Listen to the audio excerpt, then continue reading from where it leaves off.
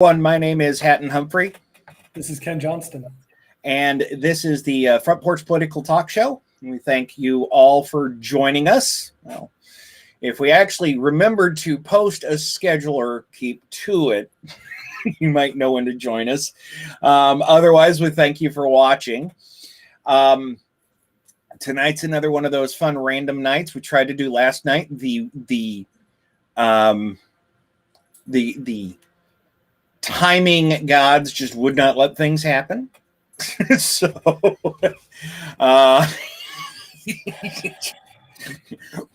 how do you make God laugh? How do you make God laugh? Plan. You tell him your plans. Exactly. We plan, God laughs.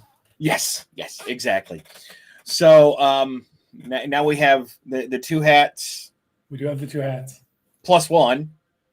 Yep. You see which one that is, right? Which one is that? The ADAC. Okay. Show off. I have friends of mine, Dave and Marlo, who met there. They did not get married on the island, but they're 25 years married next year, and they're going back to the island to celebrate. Nice. Very nice. If Canada lets them through. I think you get to Anchorage from Seattle. Yeah, you can fly. You can fly. They're not driving. Oh no, I guess it's an island. Well, you could drive in. Isn't there not a ferry or something? 18, no. Oh, okay. Way off the coast. Gotcha. So, anyway, we're not going to talk about Omicron tonight. Yay! That's all we're going to hear about it. But Ken has brought up a couple of subjects, and I'll let him introduce them here. Share my screen. I always forget to set this up ahead of time. Sheesh. I think I'm a newbie at this or something. Okay. So, Ken, you brought up a couple of interesting subjects. We'll start with something that looks like happened in your backyard. Yeah, this is the follow-up article. Mm-hmm. Basically, about 2 weeks ago, we had an attack. There were at a place called Brothers Pizza here in Winston-Salem. There were two young ladies got into a fight. The owner of the restaurant tried to break it up, and he got jumped. There is no. It's just bizarre. This guy decided to just completely interject himself into the situation for no known reason. So, and let me zoom in on this. Oh, wrong window. I am not going to try and pronounce this gentleman's last name. So apparently he did more than just jump in and defend these ladies' honor, or whatever you want to call it. Well, he was trying to break up the fight. The two ladies were fighting. Yeah, so the two ladies were fighting. The employee tried to break up the fight. Yes. Which, okay, questionable decision number one. Number one is the two ladies fighting in the pizzeria. I mean, I guess the pizza's good, but is it that good? I've heard it is. And so the employee, we'll refer to him as Michael because you're correct. Yes. I don't want to butcher his last name. He's the employee, and he had multiple injuries. And Brandon Sessoms is the one who decided to. He's the one that interjected himself into the situation by knocking out the employee, Michael.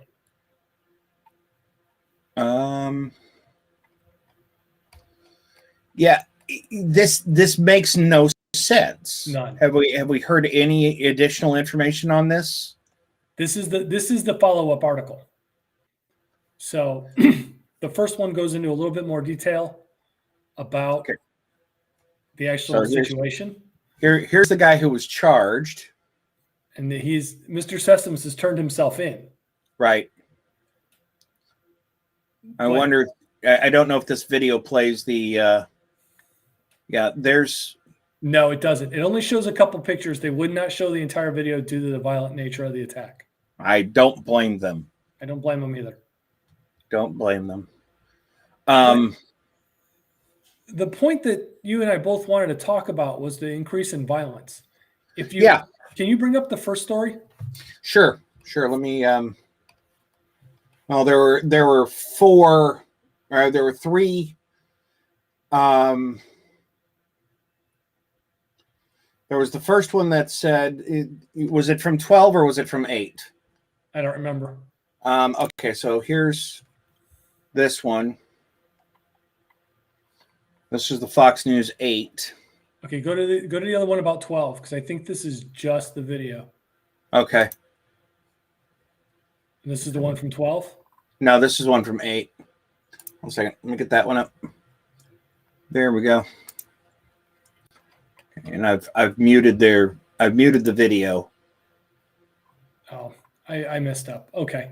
But in one of the articles, it stated that several of the businesses have started closing earlier because of this rise in this type of violence.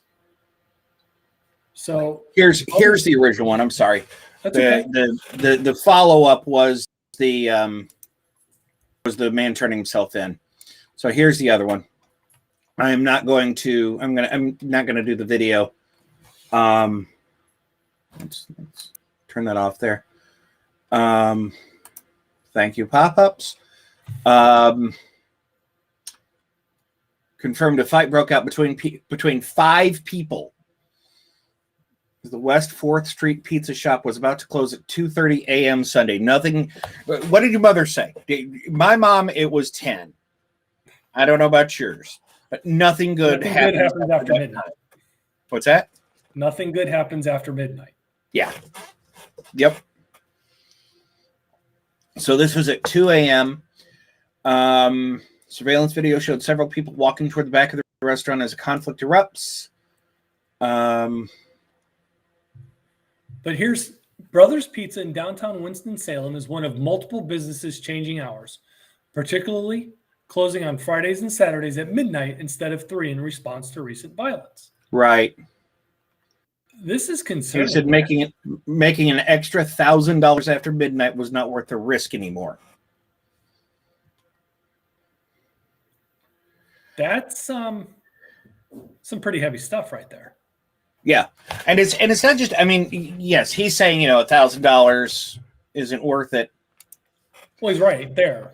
He's right on that, and it's funny because I don't know if you know this, Ken. I know you know it when we were at Whidbey, but in high school, I worked at a pizza shop. Yeah, me too. I worked at a Pizza Hut, and there were certain places that we would not take deliveries to after a certain period of time. Right. Because of this. Now, it's interesting. This is a question mark. There's a couple of things to dice here. One, is this technically new? Not entirely. Not entirely. What we just said, nothing good happens after midnight. Well, if you're delivering pizzas after midnight or any kind of food, there's a risk. Excuse me. But is it as bad as it has been in the past? Is it worse than it's been in the past? I'm going to say it's probably worse for 2 reasons. One is the availability of pocket journalists. Yeah. Right. What do you see at any incident of any size? Yep. Right. I got to get this on video. So we do have a lot more news of it. Yes, I know Yeah. that was idiotic. That was fun to watch.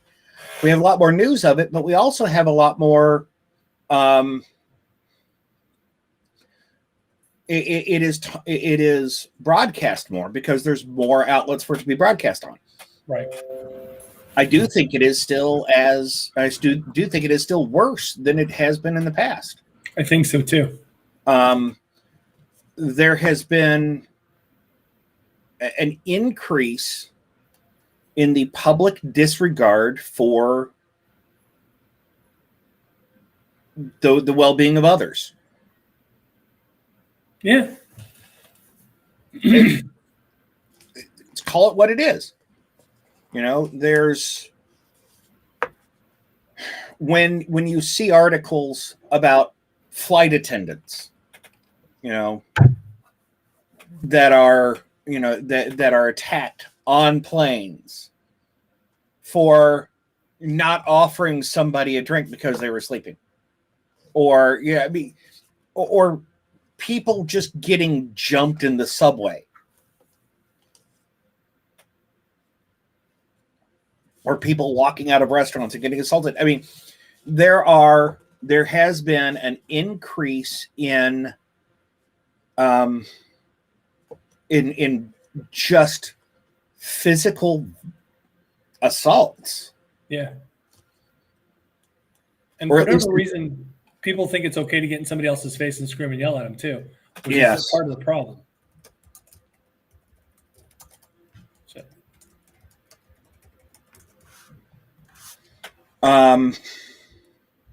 U.S. according to U.S. News and World Reports, here's a fun little statistic for you.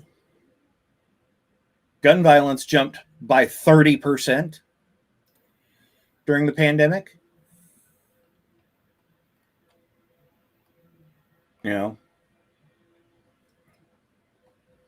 Now, this is also a statistic that could be easily skewed. yes. But when we look at things like that, Hang on, go back to that. Go back to that. I want to see something real quick. I saw something that caught my attention. what's that?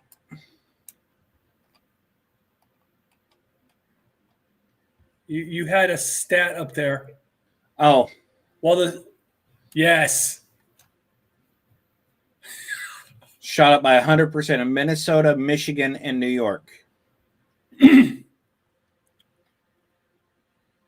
Yeah, interesting.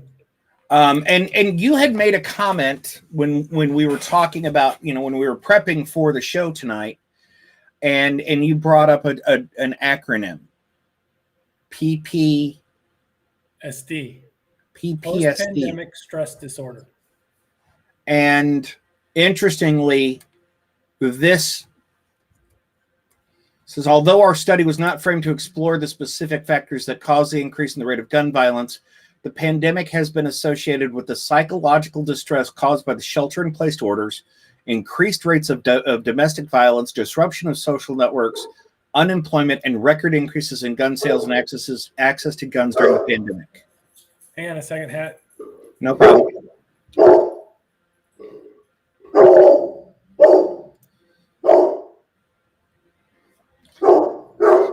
Somebody's gotten excited. Well, the neighbors, the way my house sits, I'm Yep. in a corner. So my neighbors they come together kind of at the front. So I'm on like a piece of pie. Mm-hmm. So when my dog sits out the window, she can see both neighbors if they get in and out of their car. And well, And decides to say hello to them. yes. It's fine. It's fine. So yeah, it's there are Weird, Hat. It's really weird because we've had 2 years to learn how to deal with this stress. Mm-hmm. Okay.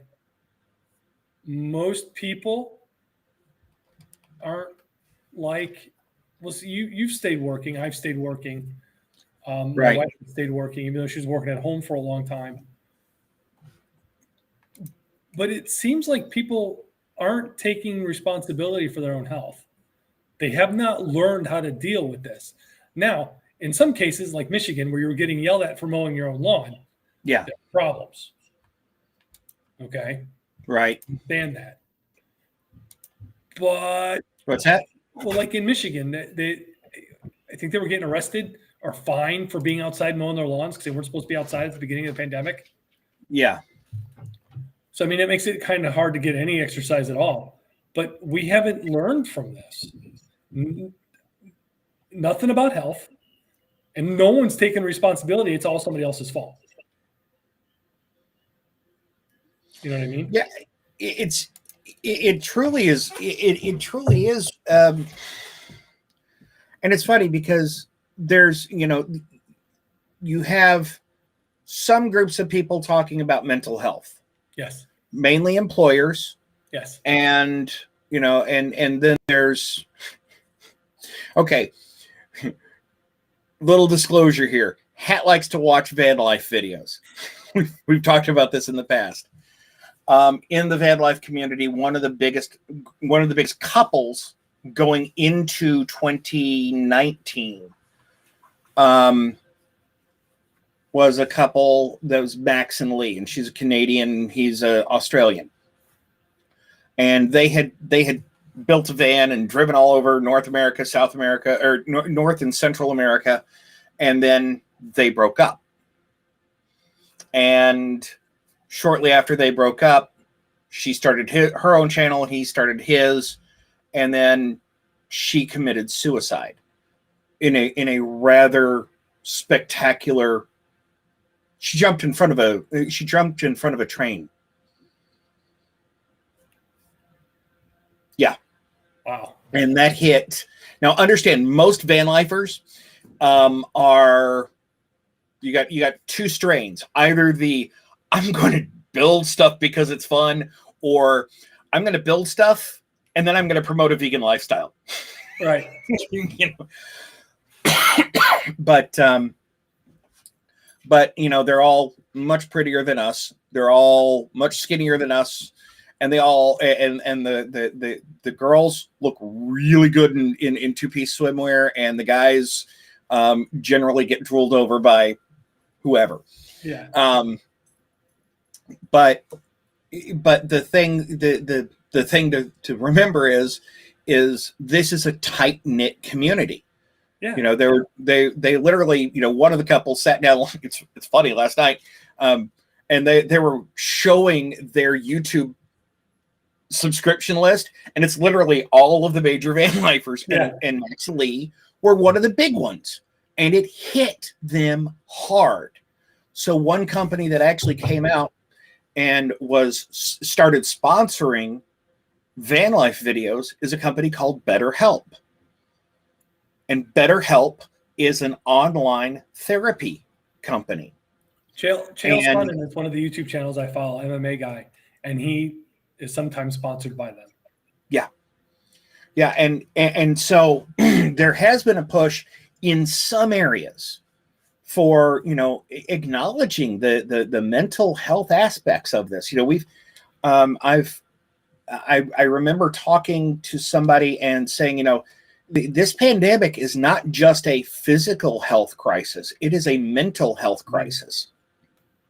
And, we're not big enough to have sponsors, but, dear God, if you need help, get it.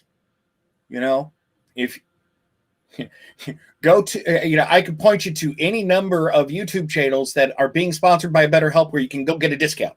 Yeah. Absolutely. And, if you're especially, there's projects, there's programs now. I don't know if you've heard of the Till Valhalla project. Till Valhalla. Till Valhalla is one of their big things is helping to reduce, active and veteran suicide. Yes. Because what's this? Is the statistic still 22 veterans per day? I think so. I don't know I haven't looked at it lately. Yeah, that was the number that I saw a few weeks ago. There is a mental health aspect to this. I want to Since you brought us up, the veterans, I want to point something out.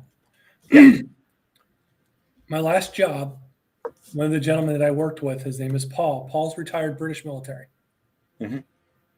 And the Brits have a base in Eastern Mediterranean. It's on an island. It's an island part owned by Turkey, part controlled by Turkey, part Not Crete. Not Crete. Not Further Crete. east. Okay. Cyprus? So, I don't know. Possibly. They have on a major island in the Eastern Mediterranean. The Brits have a base. Mm-hmm. The base has some resupply purposes, but its main purpose, R&R. when they come out of the sandbox, when they come from Afghanistan, Iraq, wherever they were, they went there for 7 to 10 days. There's no uniforms, no rank. And if the boys want to fight, they let them. The boys want to go hang out on the beach, They let them. And it's just to give them a little bit that time to decompress before they get home. Yeah. They have counselors there. Yeah. Paul says it was night and day. Because you have people coming out of those high stress areas to go home and beat up their wives. Yeah. Oh yeah. So the rate of that type of domestic violence went down tremendously once they started incorporating this break period. Yeah. That makes sense. That makes sense. I mean, it's funny because the U.S. For the U.S. military, it is, there are a lot of stigmas. Coming home not fine is a stigma. Yeah. There's something wrong with you if you're not fine when you come home. And it's not true. I want to point something out on that. It's gotten better, at least in certain circles, because the one thing I've noticed over the last 5-7 years is, especially with guys that have lost legs, they're not wearing the perfect skin tone matched. These guys are wearing wooden ones that are painted, that you know what they are, and they're decorated the way they want it decorated. Yep.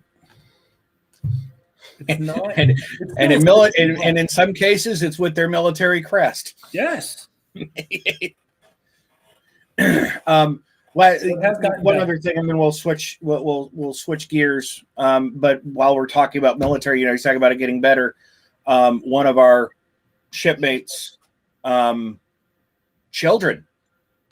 I'm not going to give names, obviously, but Steve's. I'll give first name. Steve's daughter she went into the Navy as a corpsman, and her specialty is mental health, and she's actually stationed at RTC Great Lakes to help provide mental health services for recruits. And the more I see of how crazy the world, I'm not going to say the world, how crazy specifically the U.S. has become, I feel my first, I'll be honest with you, my first reaction to it was, wait, what? But it's necessary. Yeah. It's absolutely necessary. So, I mean, boot camp was stressful. Just being there was stressful. Forget about everything they put on you. But, I guess to a small extent, I was prepared for it. Right. Some of those guys weren't. Some of those guys in there had no idea what was going on. Remember, you and I didn't you go to Orlando? I was in Orlando. Yeah. So I was in Great Lakes. and different mindsets. It's different. Yeah, but I mean, even in Orlando, some of the guys weren't ready for what they had to deal with. Some of it was temperature. Yeah. They came from up north in January, and it was warm to them. A little. I remember coming to visit you in Tampa and going.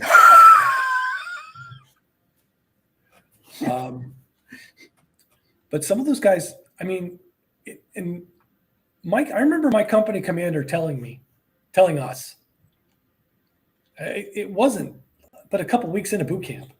He told us, you guys act like adults, I'll treat you like adults. My main job here is to teach you and make you sailors, not make you do push-ups all the time until you puke. Well, then we're going to do some of that too. But if you act like adults, I'll treat you like adults. Yep. And he yes. When we screwed up, we heard about it. When we screwed up bad, we paid for it.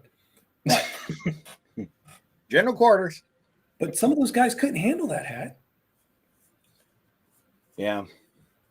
I know what you mean.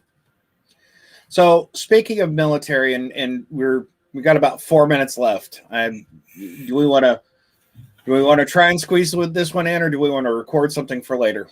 I think we want to save this one for later because this is going to be not a 30-minute, but it's going to be a 15-minute conversation. Yeah. And we may end up going down a rabbit hole. So let's save this one for later in the week because I definitely want to touch on it. But it needs a little bit of time. Yep. Yeah, let's just we'll tease that it may be next week, it may be next year. Yeah. Because little bit of office talk. We're coming up on the Christmas season. For those that are watching this on delay, this is it's December 20th. I cannot believe that Christmas is almost here. I can't believe that New Year's is almost here. You won't see anything from me unless Ken twists my arm and convinces my mom otherwise, because we're going to be in Oklahoma for a week. No. I am not stepping on your mother's toes when it comes to time with her and you and your wife and your kids. Ain't doing it. I know better. And the dog. And the dog. And the dog. Yep. That's going to be a fun drive. Beth scares me. So anyway, this may be the last time we get to chat before Christmas. So I'm going to say Merry Christmas to all, and to all a good night. Absolutely. And Happy New Year. So we will we'll pick things up. We may record something and push it out. We'll see. If you have any comments, have any thoughts, if you happen to have a promo code for BetterHelp or any of the other mental health services, share it in the comments. I will follow up and I'll post a link to, I think Max and Aki was the most recent one that I saw that was doing a promo code for BetterHelp. It really, it's okay to not be okay. Absolutely. But you have to get the help for it too. Right. So anyway, let's end on a lighter note. We have as I said, we're going traveling, and we're going to go from where it's 28 to where it's 72. Nice. For a high. So that'll be fun. So thank you everybody for watching. If you liked what you saw, we'll ask you to join us the next time it randomly pops up and says Front Porch Political Talk is live. If you didn't, we'll still invite you to join us, because teasers aside, you will hear different words in a different order. Thanks a lot for joining us, everybody. Have a great night. Good night, everybody. Merry Christmas.